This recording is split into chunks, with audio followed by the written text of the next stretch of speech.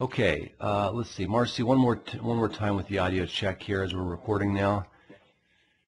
Yes, I can hear you fine. Thank you very much. Okay, great. Well, everyone, thank you so much for joining us. This is our weekly webinar we do every Thursday morning.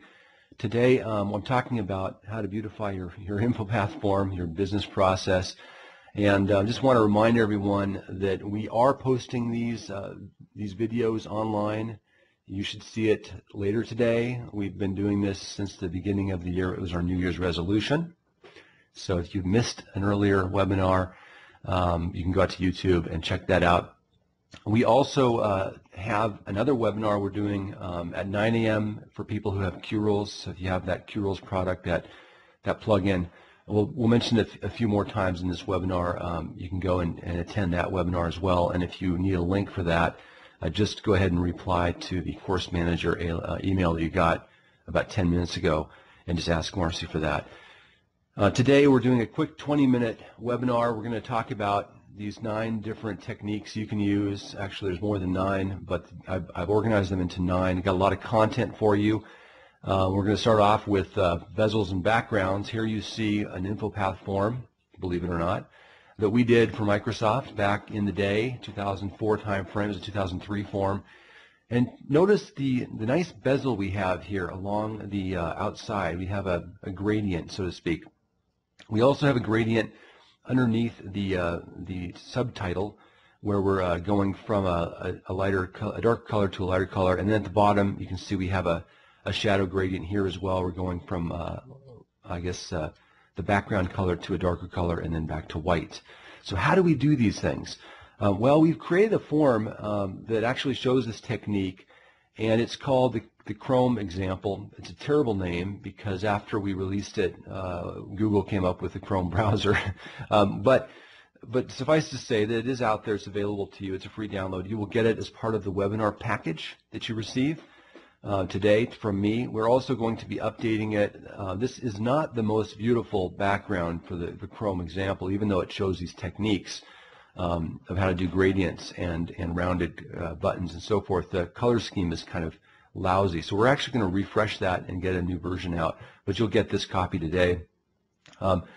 And you can go to our InfoPath dev site, click on downloads, click on InfoPath downloads, and you can watch the video and click on the Chrome demonstration form.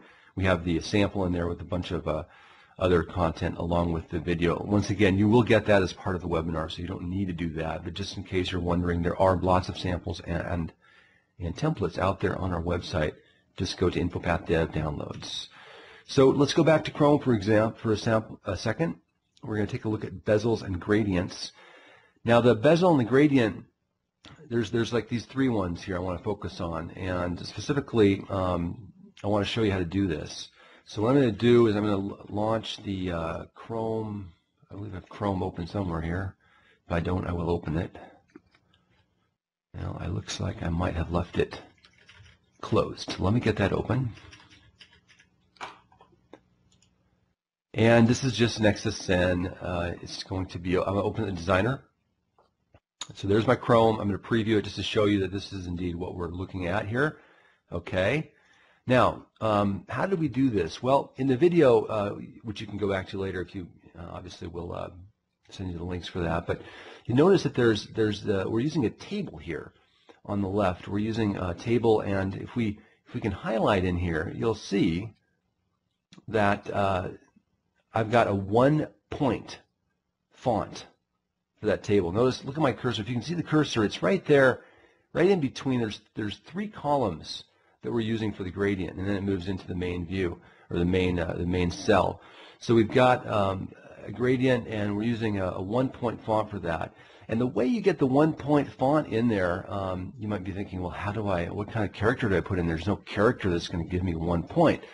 Well, that's the great question. And in order to do that, what you need to do is you need to enter a non-breaking character. So let's do this. Let's bump this up to 10 just to show you that this, I need to select it first, obviously.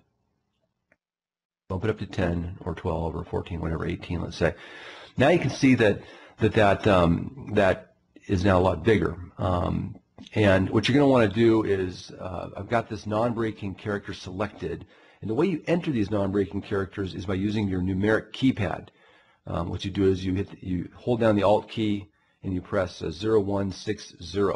That's the code for the non-breaking character, and then once you have the non-breaking character in there, you can set the point size to 1. Now we've done that for the tables on the left. We've also done that for these expression boxes, which are now called calculated values in 2010. These calculated values you'll see are the same. I can move this to make this 10. You can see that that's a big calculated value. Now for the calculated values, what you want to do is you want to make sure that in your size you've set it to auto height and 100% width, and then you want to change the point size to 1. And now, how do we get this to look good? Well, in the calculated value, what we're doing is, unlike borders and shading, so for these columns you see on the left, these vertical columns, we're just using a different color for each one, right? For the calculated values, we're doing another trick, and if you look at borders and shadings, you'll see that we have, it's kind of hard to tell, but the top line is darker than the bottom line. So notice if I select this top line here, I don't want to cancel that, but you'll see that the bottom. So I want to make sure I get the borders and shading. So there's my calculated value, and on the top line for the border is darker than the bottom line, and in the middle, in the shading, we have something that's in between. Okay, so we've got two calculated values here, one here and then one down below. We've made them 1 point, and the way we make it look good is we have that gradient. It's 1 pixel gradient. The top border is 1 pixel. The middle portion is 1 pixel or 1 point, and the bottom is 1 point. And we have different colors for each one, and that's how we're getting that shadow line. Pretty wild, eh? So that's how you get the horizontal gradient. The vertical border gradients are just using the borders and shading, the fill. We're using calculated values for the horizontal gradients, and you just need to make sure that you remember to enter a non-breaking character so that you can select the point size. And this is all described in the video that Greg did, and we'll be sending that to you. So let's take a look at some other stuff in this form, this sample form that we use. We've got a couple of things here that I want to call your attention to. One is we have buttons in the upper right-hand corner. We have the Help and the About button. They're a little bit hard to see, but they're on top of a gradient. So we have a background image that we're using to put the buttons on top of, and I'm going to explain a little bit how we do that. We also have these rounded curved buttons. So the active tab has a curvature on the left as well as the right, and the non-active tabs, here you see the View Name tab, the last one here, all has the same thing. Now it's kind of hard to see this in the designer. Let's switch back to the preview again, and you'll see that these are indeed rounded. It makes them look very nice. Now it doesn't have to be a rounded button. You could have a slanted button, and you'd use the same technique. It might reduce the amount of text you can put in there because the slant's going to come down, but it makes the buttons look much better, much more professional than your typical InfoPath form.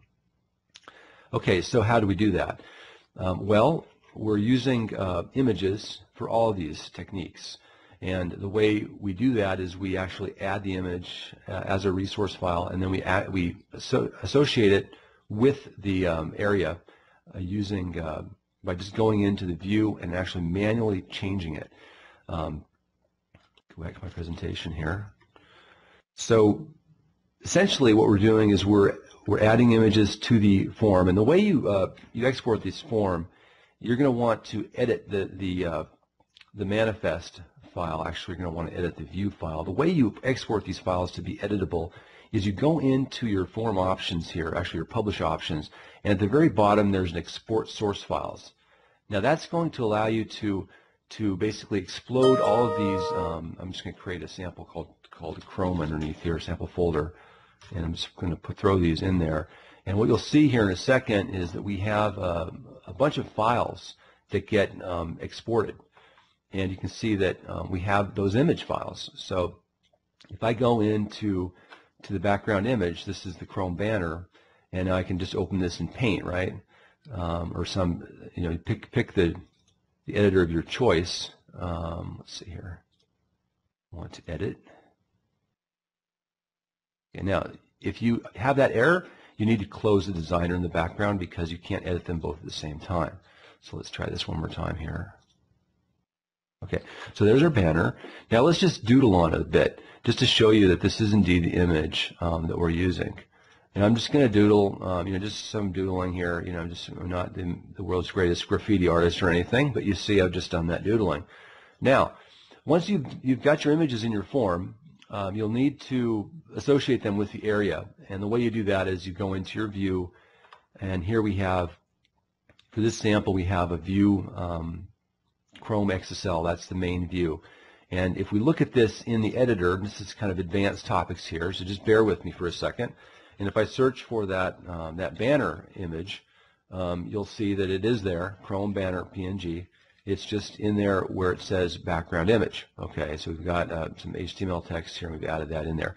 You don't need to remember this because it's all documented in the sample that we give you, and we taught you how to walk through it. But you can see that it's very powerful. You can go in there and customize the view to look really good. And when you do that, once you've customized it, you've done your doodling, you've added it to the XSL, you're going to right-click on the manifest.xsf file, where is it here, and choose Designer. So once you've exported the forms files, you got the images, the XSLTs, the XMLs, all of the constituent files for your XSN, the things that make up the InfoPath form. Once you've exported those, you want to click on the Design for manifest.xsf, and that's going to then open the forms again in the XSN. You can see there's my doodling, and you can now save it out as an XSN file. Okay, so that's a very quick description of how to do that. Now, one other thing to keep in mind here is, let's say that you want to change the border shading for this table here, this number 3 at the bottom. How do you do that? Well, you typically select the cell, you right-click, you do border shading, right? But notice that if I want to change the color here, I don't have any custom colors. Okay, so there's a technique here to use. Actually, I think I'm in the wrong place. I need to select this guy first, and then go in here to color, and you can see that I don't have any custom colors here. So the way to do this, and this is once again described in more detail in the video and the sample that we send you, is to use a color swatch at the bottom. And the color swatch then allows you to add these custom colors to that custom color dialog, and then you can actually access them more easily. Okay, so back to the presentation. So once again, we didn't really talk about the multi-line table headers, but we're using images for those as well, and that's the first item. So next item, we're going to go a little quicker now, but hide show section. So once you've got your form looking really professional, you've got the border around it, you've got some nice images. The next step is really to prevent user freeze. When people open a very large form, they get shell-shocked if there's a lot of fields. So that we tell people, look, keep your forms, lean and mean, so to speak. Keep them simple. The way you do that is you use hide show sections. It isn't that your forms are going to be small. Some people have large forms. The way to prevent the user from the deer in the headlights syndrome is to hide and show this different sections. So let's take a quick look at that. I'm going to open up a form from scratch here. We have an XML template part that is included in this webinar packet today. And if you're creating a form from scratch, you can add this XML template part. We call them XTPs. You add them to your custom controls here up above, add or remove, and then it asks you, what you want to do, and you can add it. You can add a template part or ActiveX control. You're going to add our template part here, and it is a 2007 template part. It's called hide show.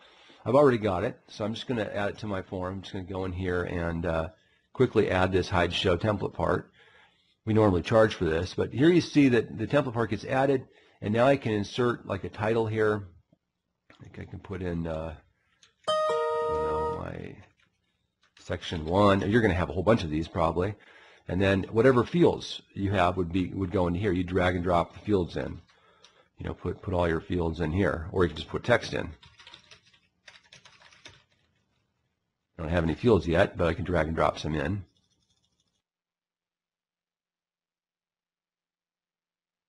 Put a text box in, whatever. Okay, and then what we do is we just preview it.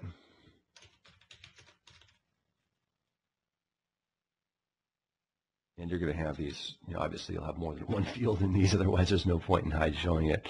So previewing it, showing it on my other desktop here. Let me drag it over. Okay, there's the form. If I click on the little button there, you can see that it shows it. So that's just a common technique. This is useful, and I'll show you a bunch of other examples of the hide show, but hide show is very useful for organizing your form, making it look not as daunting to your user base when they open it. That's technique number 2. Okay, moving right along here, and you can see here on the right, I've got this little animation here going in, but we also have contact block. You see a much bigger example here where I've got more than one field. So once again, to how you do this, you only want to show the users what they need to see. This is the huge benefit of electronic forms. Your 1040 can't do it, right? It has to show everything, lowest common denominator. But your InfoPath form, it's smart. You can add the logic, the hide show to it. Piece of cake with our XTP. Just add it to your custom controls, and you can drag and drop it in, and you can get that functionality. Okay, so next up is %complete. So this is another great technique, is you want to tell your users, you guys are about 50% done with the form. Keep filling it out. And ideally, you want to show this with color. You want to say, hey, you're 60% done, or you're done, you're complete. Go ahead, submit. And you could even use this to control the whether the submit button is disabled or not. And you also want to do this with more. Here's a form that has a 2007 expense report from Microsoft. We've added this bold text here that shows how I'm done. I'm done with certain sections. Now, this isn't. I wouldn't put this in black. I'd probably put this in a different color depending on how much it was complete. But you get the idea. This is a nice technique to kind of keep the user engaged. They can see their progress as they're filling out the form. There's lots of different ways you can do it. In general, you're going to be using XML path. It's XPath is the name of the feature, and it's in InfoPath. What you do is you access these this XPath functionality from the default values. Let me just show you real quick. I've got these examples in here that you're going to get as part of the package today. We have 3 examples for complete. Let's take a look at the second one.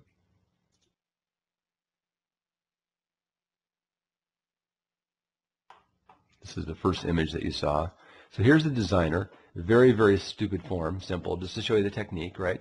And I haven't even renamed my data source. It's just terrible. Don't ever do this. But for the purpose of this exercise, what you'll see is I've actually added these fields into the data source. You don't need to do that. You can use a calculated value. In fact, a calculated value is better. And the calculated value is the same idea. You're going to have basically an XPath function that you add. If you have a field that you want to hold that value, then you're going to add it as the default value for that field. You just double click on it in the data source, click on FX, and you can see there's the XPath. That gives me my count. To calculate my %complete, I need to go one step further and actually take that count and do a little bit of math. Divide by the total, count the fields that are not blank, and so forth. Right now, you can do this with the calculated value. You do not need to use your data source for that. And that technique is in the third completion progress example here. You can take a look at that after the webinar today to get an example of that. So we're going a little bit over. If you can't keep attending the webinar, no problem. We will, like I said, send the package out. But I appreciate your patience with me. A lot of content today. Didn't really time myself before I started this. So the fourth technique is really simple. It's just to show people what needs to be filled out. Here you see an expense report form, same one without the calculate percentages. And you see that there's one field that's required. That's the email address for my manager. And that we're showing that in pink. How do you do it? Well, this is really quite easy. I'm just going to show you this from the example from the last tip. And what you do is you just select the field that's required. And in 2010, it's really easy. You just hit Add Rule. If it's blank, make it bad. And now when I preview, it's going to show me this like that. Okay? Very, very simple technique. It's so simple, but it's so effective. and that's just a great thing. Make sure your required fields have some shading so that people know. When you're online, you're filling out forms, sometimes there will be a few sites that do this, and I love it when I see these because it's like, oh, that's cool. I get some color. You don't have to make yours pink, but anyway, easy to do. Fifth tip is common sections. We showed you the hide show XTP. We also have XML template parts for headers, footers, body, and help text and so forth. In general, what you're going to want in every form is a header, a body, and a footer, just like you would for a document.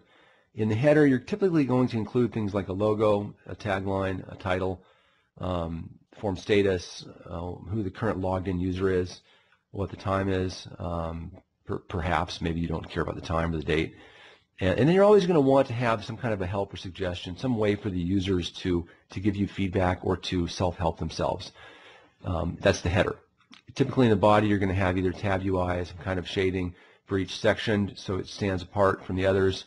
You're going to want those hide show sections so that the form doesn't look really long, not as overwhelming to the user.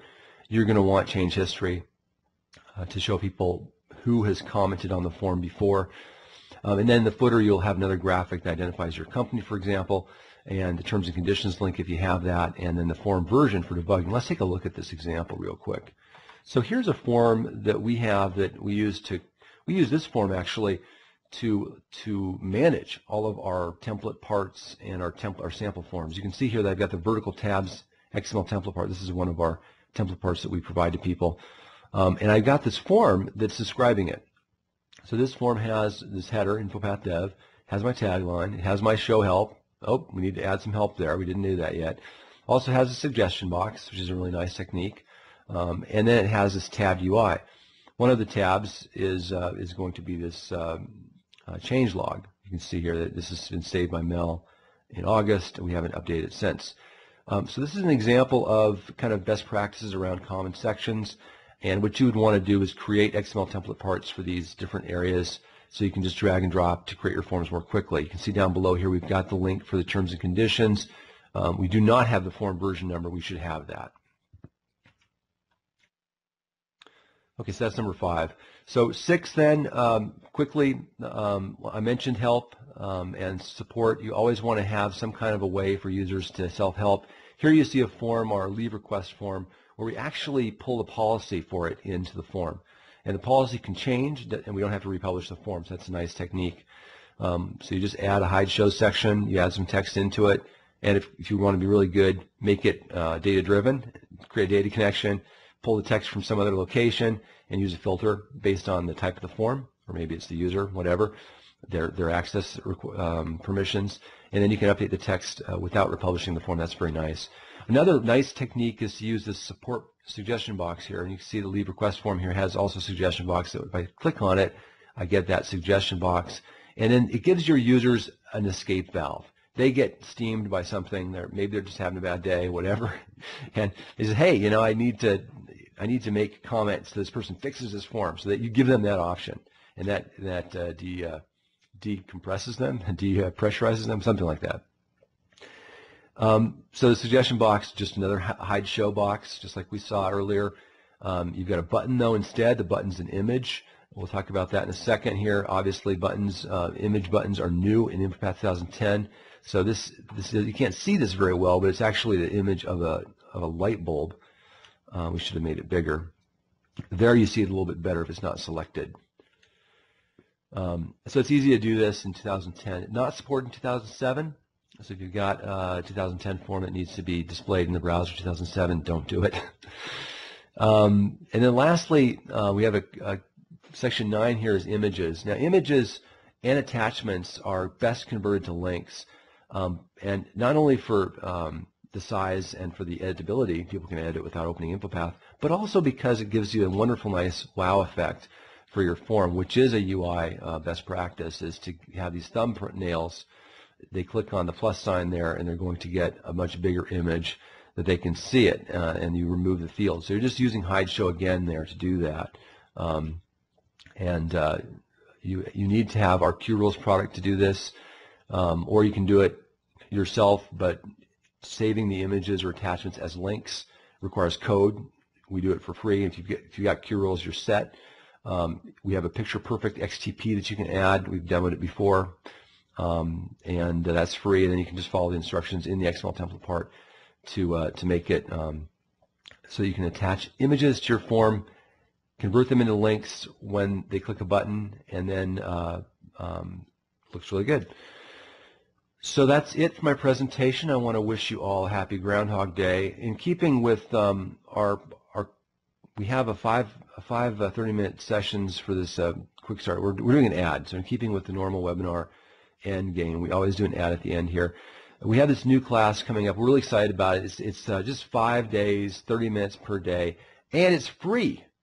Oh, did you hear that? It is free if you provide some lovin'. So we're giving you the free lovin' for the class. Usually it's $250.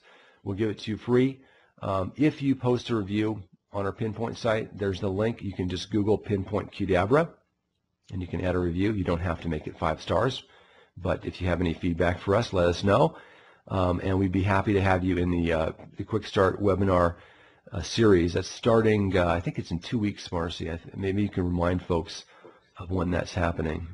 Starts February 13th.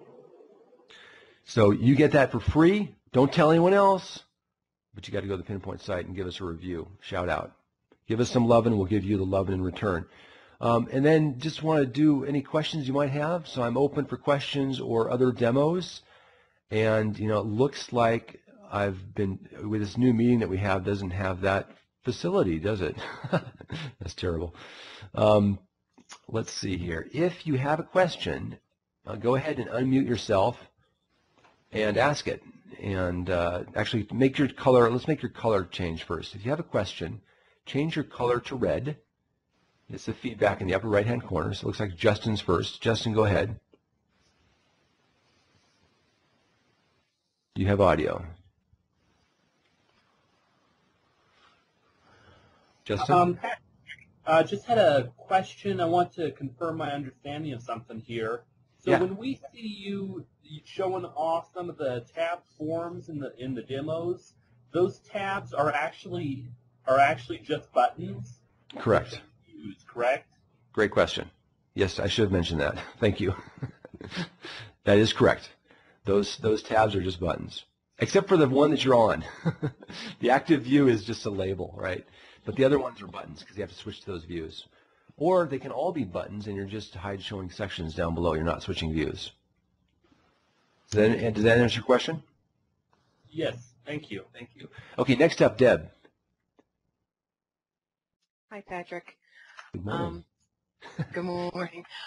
In InfoPath, is it possible to create a field that will do like an auto numbering, like consistently change but only have a unique number? Yes, totally. There's 2 ways to do it. We have a blog post by Kaudu Okumura on unique numbering, and I'll just quickly go there. You're going to want to go to our InfoPath dev site.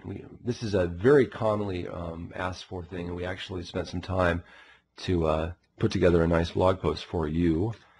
And it also, let me just see if I can get to it yet.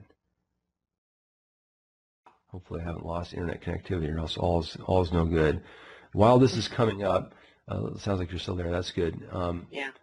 And so what you're going to do is you're going to go in here and just search for, well, just go to blogs, and then it's Kauda's blog, so you can go on the right here, blogs on our site, and then where is she? She's one of the bloggers here, 3rd page, I guess. And she has this blog post, use Q-Rules to create unique form names. Now, Q-Rules gives you this out-of-box functionality to uniquely name them, but there's other ways you can do it. You can use date, timestamp, for example, to do it. The problem with the timestamp is it just gives you a granularity down to seconds. Sometimes you need milliseconds. So this shows you the techniques. They're not all of them require Q-Rules, even though it says Q-Rules in the title. I encourage you to go out there and look at that. If that doesn't answer your questions, feel free to email us. Okay.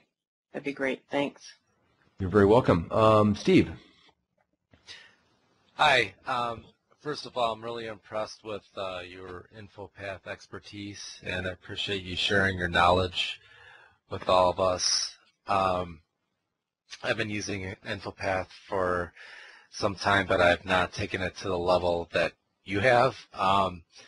What we would like to use InfoPath for is, you know, like how you have SharePoint surveys, and I was wondering through SharePoint 2010 if you could modify the look and feel of a SharePoint survey using InfoPath, and I found out that you could not. And I was really unhappy when I found that out, because I knew that you could do it, you know, with lists. But the user experience for, you know, out of just using SharePoint in the survey, it's really plain Jane, and it's kind of ugly. Yeah. So here's a suggestion, and thank you very much for the warm comments up front. We love InfoPath, but InfoPath is not necessarily the solution for every world problem out there, but nevertheless, we love it. For surveys, Microsoft has the SharePoint survey stuff. What we recommend doing is just creating InfoPath surveys. Okay, so you just create your surveys in InfoPath. You're going to have two form templates, right? One form template is going to actually create the questions. Okay. The other form template is going to show the questions. Don't put the questions hard-coded in your form. Make it data-driven, and that way you can change the surveys. And here's the idea. Let's say you're in a high school. You've got a teacher. She's got InfoPath. She's going to give all the kids a quiz at the end of the day, right? Well, you don't want to have to create quizzes every single week across all the 50 teachers in the high school. You're going to have like 1,000 surveys at the end of the quarter, and guess what? It's going to be too hard to maintain.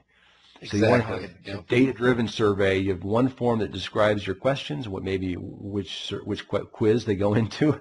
You're editing your questions with that form, and then you've got another form that pulls those questions in that you then administer to the people who are filling it out, and then they get that saved out as an instance of that survey. We've got lots of examples. Yeah, so tons of examples on that. Yeah, in fact, it actually is part of the Quick Start class. So go ahead, give us some free loving, and come to our class on February 13th, and we'll show you. Free. No, that sounds great. Yeah, because we're really interested in that. We like the workflow out of box SharePoint surveys, and that you could actually say, like, this, I want this user to only submit the survey once. You know, that's out of box SharePoint was really nice. But it was just really ugly. You couldn't do 3 columns, you know. Right. So, and you can customize it to your heart's content with InfoPath, make it look really custom, you know, add all this cool stuff. And then you can even actually map it to SharePoint lists, and you might be able to get it to that survey repository in SharePoint, depending on what the structure is. So there might be some techniques there that we could look into for you. But thanks for the question. Jeff, you're next. Hello. I don't know if you can hear me. I'm talking through my laptop. Sound great. I had a quick question. I'm working currently on an InfoPath form and trying to link alerts via email through that InfoPath form, and I was just wondering if there was any functionality out there that could possibly accomplish that. So your question is, you're trying to what alerts? I didn't catch the verb. Yeah, so I'm trying to send out email alerts based on like a change status, for example. Sure. Yeah, that's easy to do. A couple techniques here. So are you using InfoPath browser forms, or are you using the filler form? I'm not familiar with that. Are you filling out the form? Are you filling out the form in the SharePoint site, you know, via the browser, like Internet Explorer, Safari, Mozilla, whatever, or are you actually running the rich client? I'm filling it out through the browser. Yeah, so for the browser, the only thing you can do is server notifications. There's a great section in a book by Hagen Green and Scott Roberts. They wrote a book on InfoPath 2007. It's like a very thick volume. We reviewed it. And they talk about how to configure server notifications. Basically, what you want to do is set up your email connection, just like you normally would in InfoPath, and then you need to configure the server notifications in SharePoint so that email gets routed to the people. And keep in mind that email is going to come from a server account. It's not going to come from the person who submitted the form because it's server-based, right? And InfoPath Form Services in SharePoint does not forward the credentials of the person filling out the form to the server pieces doing the notifications.